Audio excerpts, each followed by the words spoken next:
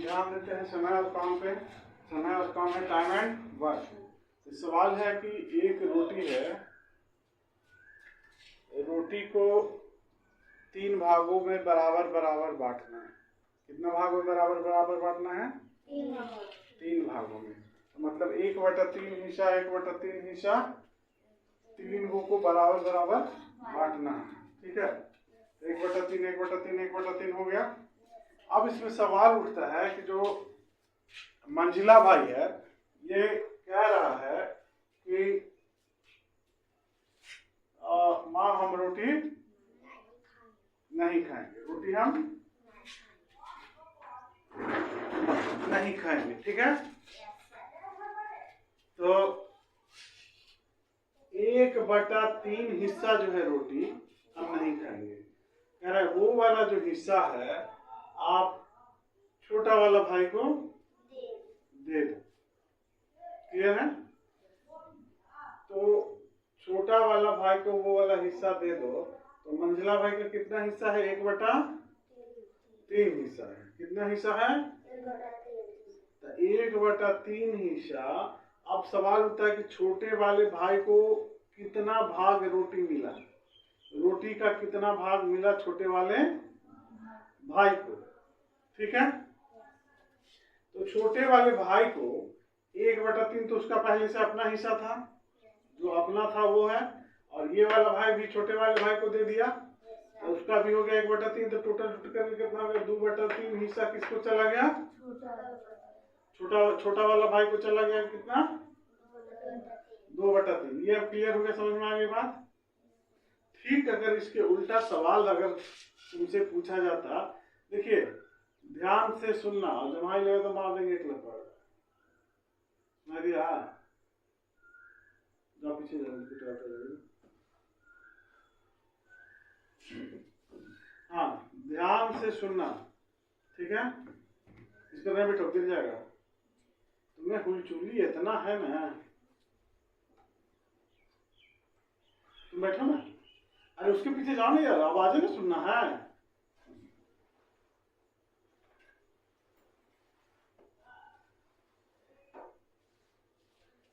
चलो आंख के सामने दिखाई देने, और इधर तुम घसको।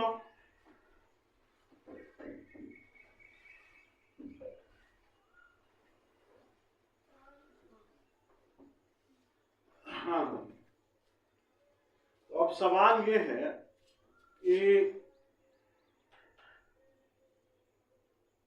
एक भाई को रोटी का कुल 2/3 हिस्सा प्राप्त हुआ। ठीक है, ठीक है।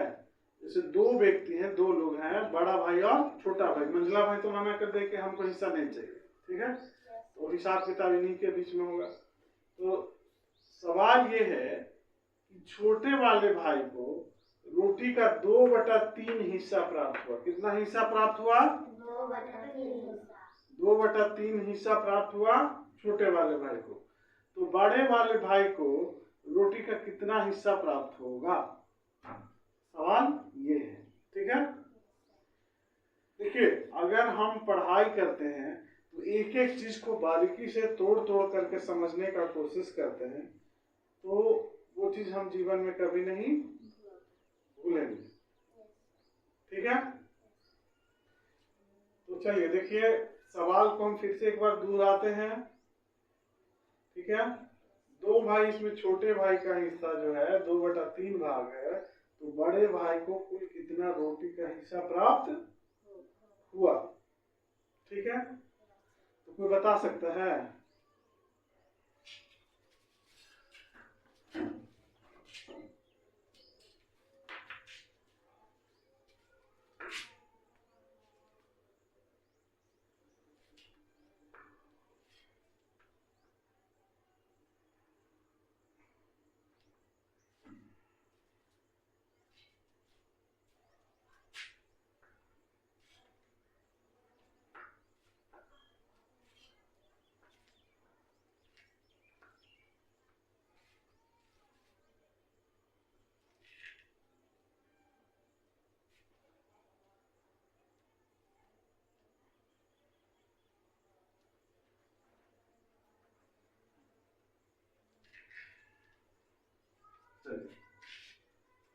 हम सवाल लिख देते हैं, ठीक है।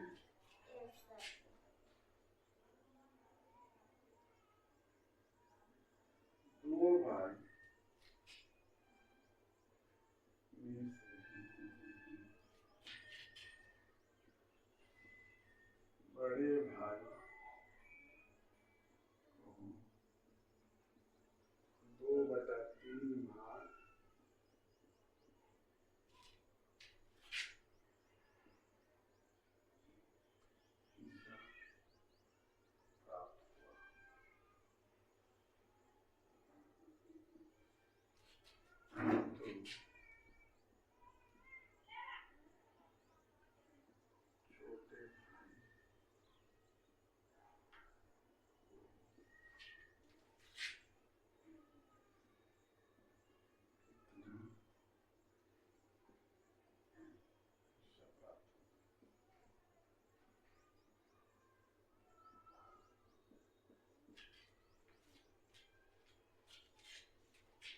चलो एक बार सवाल सुन लेते हैं।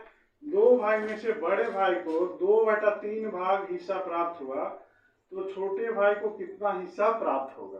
ठीक है, रोटी रहे या धन रहे या कोई भी चीज रहे, ठीक है, या घर की हिस्सेदारी रहे या पैसे की हिस्सेदारी रहे या किसी भी चीज की बात रहे, ठीक है। तो ये सवाल है, इस सवाल को हम कैसे बनाएंगे, इस चीज को ध्यान से देखना है। सीधा चीज, एक चीज ये ध्यान में रखना है कि कोई भी कहे, कोई भी सवाल रहे, ठीक है, इसमें से इस तरह का सवाल रहे तो सीधा एक को हमेशा ध्यान में रखना है। किस चीज को ध्यान में रखना है? एक को हमेशा ध्यान में रखना है, ठीक है। क्यों? अगर मान लिया कि कोई भी चीज है तो वो एक ही होगा ना, ठीक है, कोई भी चीज होगा तो एक ही होगा। जैसे किसी काम को हम 5 दिनों में या 10 दिनों में समाप्त कर रहे हैं, हाँ, तो एक ही काम हुआ ना, हाँ?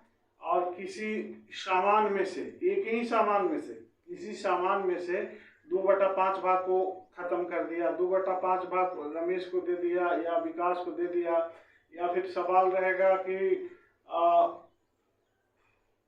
एक घर के 1/4 हिस्सा एक व्यक्ति को दिया गया तो कुल कितना हिस्सा बचेगा। तो उस स्थिति में केवल हम इतना ध्यान रखेंगे, एक को हमेशा अपने पास रखेंगे। किसको अपने पास रखेंगे? एक, ठीक है।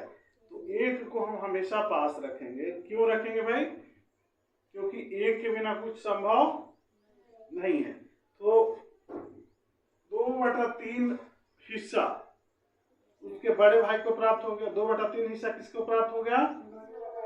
बड़े भाई को प्राप्त हुआ। क्लियर है? तो अब पूछा जा रहा है कि छोटे भाई को कुल कितना हिस्सा प्राप्त हुआ जी, है ना? ठीक है, दो भाइयों में से बड़े भाई को 2/3 भाग हिस्सा प्राप्त हुआ, तो छोटे भाई को कुल कितना हिस्सा प्राप्त हुआ? तो सीधा हम क्या बोल रहे हैं कि एक को हमेशा ध्यान में रखना है। किसको ध्यान में रखना है? एक को हमेशा ध्यान में रखना है। 1 - 2/3, 1 - 2/3। तो अब क्या करेंगे? 1 में से 2/3 को घटा देंगे।